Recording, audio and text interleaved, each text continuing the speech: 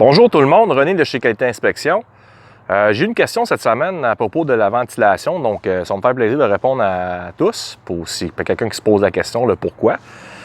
C'est simple. La ventilation de l'entretoit, c'est quand même une partie essentielle de votre maison pour des raisons simples, comme exemple la durée de vie de votre bardeau d'asphalte. Donc imaginez-vous que s'il fait très chaud dans l'entretoit, le bardeau d'asphalte, il va se détériorer très rapidement. Donc, on parle d'un bardeau qui va durer 20 ans.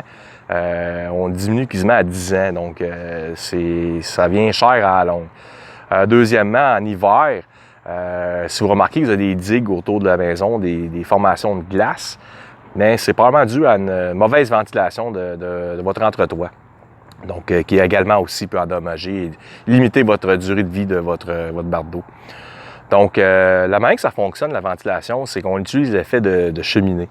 Donc, voulant dire que l'air elle rentre le point le plus bas et elle ressort vers l'extérieur en utilisant de la chaleur. Donc, derrière moi, maison typique, OK? Vous voyez en arrière, je ne sais pas si on voit clair, mais on appelle ça un soffit. Il y a la partie en dessous du toit. Il faut que ça soit perforé, puis tout le long. La raison, c'est parce que c'est ça votre entrée d'air de votre maison dans l'entretoit.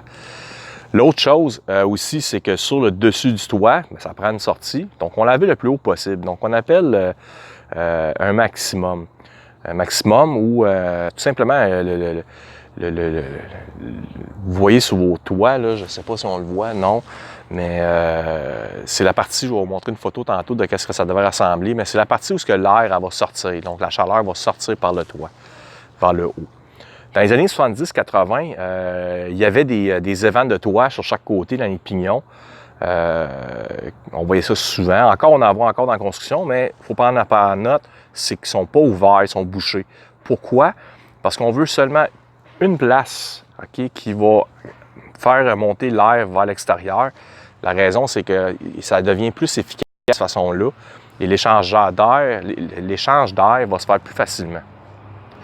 Donc, en gros, c'est ça qu'on commence avec l'extérieur, c'est pour ça qu'on est là. Donc, si vous demandez pourquoi on a des petits trous, mais c'est pour l'entrée d'air, donc on appelle ça un soffit.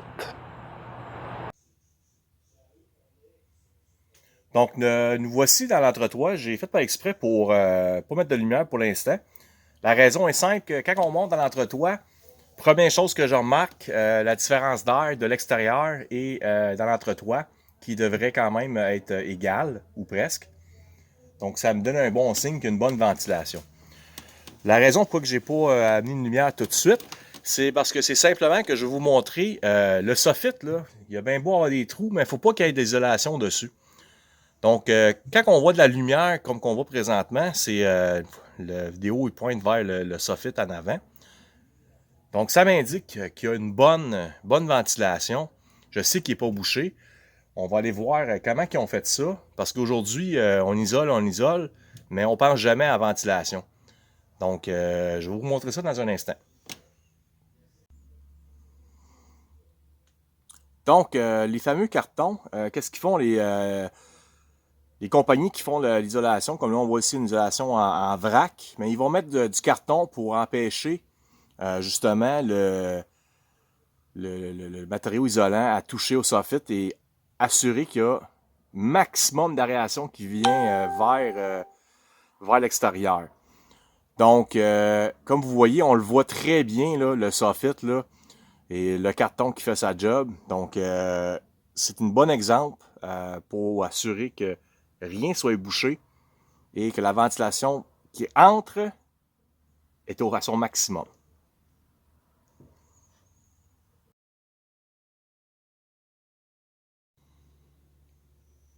Donc ici, on se trouve à avoir notre sortie d'air, donc un maximum ou bien ventilateur de toit, comme dans ce cas ici. Donc, encore, il n'est pas bouché. Et l'air qui rentre par le soffit, elle va tout simplement sortir vers le haut. Donc, quand tu sens, comme tantôt j'ai expliqué, l'effet de cheminée. Donc, assurez-vous que votre ventilation est adéquate dans votre maison. Si vous avez des questions, je suis toujours là pour vous aider. Bon, ben ceci termine mon petit cours vidéo sur la ventilation. Vous avez des questions, n'hésitez pas surtout à me contacter. Aussi, j'aimerais ça que vous likez la vidéo et partagez.